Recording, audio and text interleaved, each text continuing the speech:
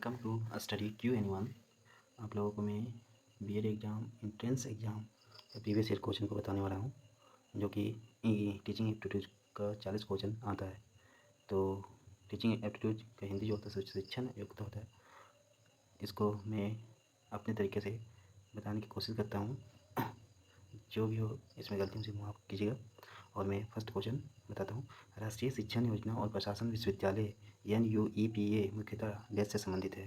तो ऑप्शन ये है शैक्षिक पर्यवेक्षण, शैक्षिक एकता, शिक्षा नीति में प्रबंधन, शैक्षिक मूल्यांकन। तो ऑप्शन सी शिक्षा नीति में प्रबंधन। सेकेंड क्वेश्चन है विद्यार्थी टेस्ट अपने आप हल ढूंढते हैं। तो ऑप्शन ये अंतर क्रिया विधि, डिस्कवरी विधि। ऑप्शन सी दोनों, ऑप्शन डी कोई नहीं। तो क्या होगा? ऑप्शन सी दोनों। ऑप्शन सी क्या होगा इसका? ऑप्शन सी क्या होगा? दोनों। निम्नलिखित में से किस सूची में भारतीय संविधान के 42वें संविधान संशोधन 1976 द्वारा शिक्षा को हस्तांतरित किया गया है? तो ऑप्शन ये है केंद्रीय सूची, समवर्ती सूची, राज्य सूची। ऑप्शन डी है उपयोग सूची में से कोई नहीं। तो अब क्या होगा? ऑप्शन बी समवर्ती सूची। नेक्स्ट क्वेश्चन है निम्नलिखित में से कौन दूरदर्शन का शैक्षिक टेलीविजन चैनल है? तो option A Gurukul, option B Gyan Bharati, option C दर्शन ये, ऑप्शन डी विद्या। तो इसका आंसर जो होगा सो ऑप्शन सी ज्ञान भारती दर्शन। नेक्स्ट क्वेश्चन कारण और प्रभाव डैश अनुसंधान विधियों द्वारा स्थापित किए गए हैं? क्लिनिकल, तुलनात्मक, विकासात्मक, प्रयोगिक। फिर से मैं बताता हूँ कारण और प्रभाव डैश अनुसंधान विधियों द्वारा स्थापित किए गए हैं। तो option A clinical, option B तुलनात्मक, ऑप्शन सी विकासात्मक और ऑप्शन डी प्रायोगिक। तो इसका जो आंसर होगा वो प्रायोगिक। अगर इंग्लिश की बात करें तो इसको बोलते हैं एक्सपेरिमेंटल। नेक्स्ट क्वेश्चन डैश व डिग्री जिससे एक परीक्षण मापता है कि उसे क्या मापना चाहिए? ऑप्शन ए है वस्तुनिष्ठता, ऑप्शन बी है विश्वसनीयता, ऑप्शन सी है वैधता और ऑप्शन डी है प्रयोज्यता। तो ऑप्शन सी, तो ऑप्शन सी जो है सो वैधता, और इसमें क्या था? ऑप्शन डी था। नेक्स्ट क्वेश्चन डैश का अर्थ है कि प्रत्येक छोटे कदम को वांछित लक्षण या व्यवहार की ओर मजबूत करना। ऑप्शन ए है क्यों, ऑप्शन बी है सकारात्मक अभ्यास, ऑप्शन सी है संकेत, ऑप्शन डी है आकार देना। तो इसका आंसर जो होगा सो होगा ऑप्शन डी सकार देना। नेक्स्ट क्वेश्चन एक 25 वर्षीय लड़के का IQ क्या होगा जिसकी मानसिक आयु 16 वर्ष है? तो मैं इसे अच्छी तरह से फाइंड करता हूँ। IQ इक्वल टू होता है mental as divided old age. अब मेंटल एज की किसको बोलते हैं? मेंटल एज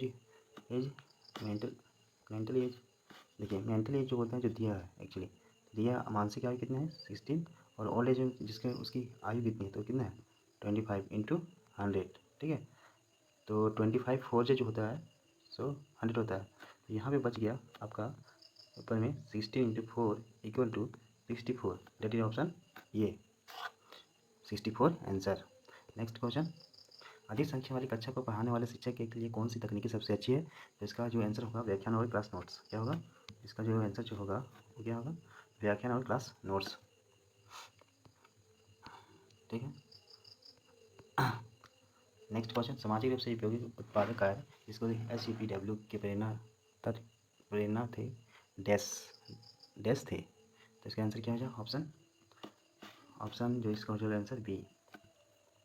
नेक्स्ट क्वेश्चन यदि आपका उद्देश्य डैश है तो समूह कार्य एक अच्छा विचार नहीं है। इसका जो ऑप्शन हो जाएगा आंसर, तो क्या हो जाएगा?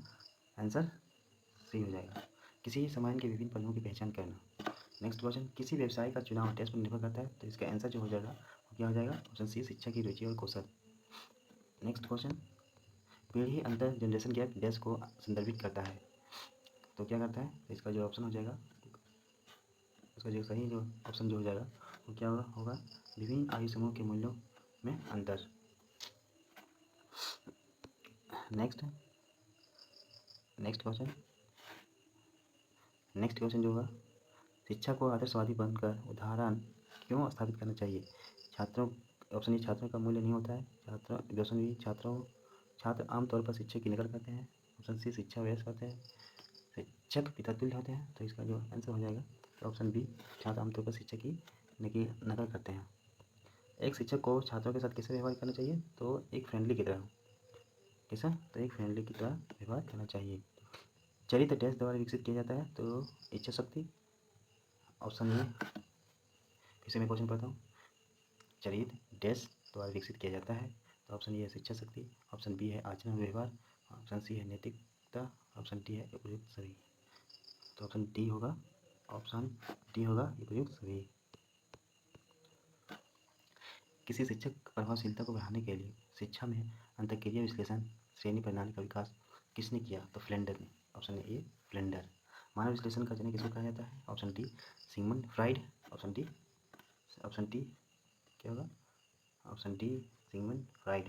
और इसका जो आंसर होगा तो फ्लेंडर होगा। क्या होगा? फ्लेंडर। शिक्षा के संगठनात्मक सिद्धांत के प्रस्तावक डैश हैं? तो NL गेज। इसका नाम क्या है? NL gauge. क्या है? NL gauge. कक्षा में बात करना और अनुशासनहीनता डैश का संकेत देता है? तो बैरोडम का जो होता है रिफ्लेक्टिवनेस, इसका बोलते हैं दोहराने के कारण बोरियत लगना। ठीक है। आपके पास लड़कों और लड़कियों की एक विशिष्ट कक्षा है, उनके बीच सहयोग को बढ़ाने के लिए आप कौन सा तरीका अपनाएंगे? तो उनके साथ कौन सा तरीका अपनाएंगे? उसके साथ कौन सा तरीका अपनाएंगे? तो उन कार्यों को निर्धारित करना जिसे एक साथ करना है। उन कार्यों को निर्धारित करना जिन्हें एक साथ करना है। फिर से अगर क्वेश्चन आपको प्रॉब्लम लगे तो फिर से आप खुद पढ़ लेते हैं। शिक्षा में सजा का प्रमुख नुकसान यह है, ऑप्शन ये, इसका जो ऑप्शन क्या होगा? यह अपनी भावना को उत्पन्न करता है। नेक्स्ट क्वेश्चन, निम्नलिखित में कौन सा शिक्षा में सबसे महत्वपूर्ण तत्व है? तो ऑप्शन ये, शिक्षकों और छात्रों के बीच संबंध।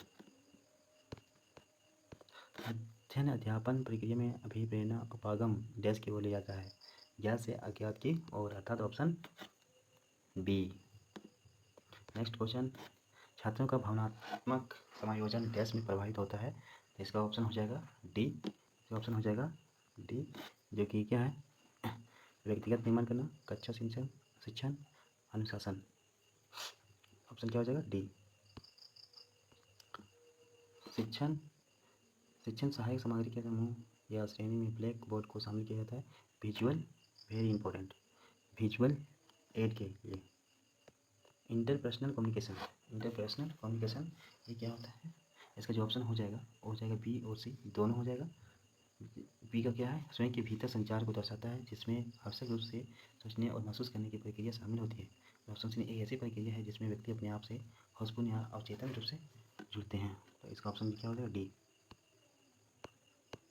अधिकारी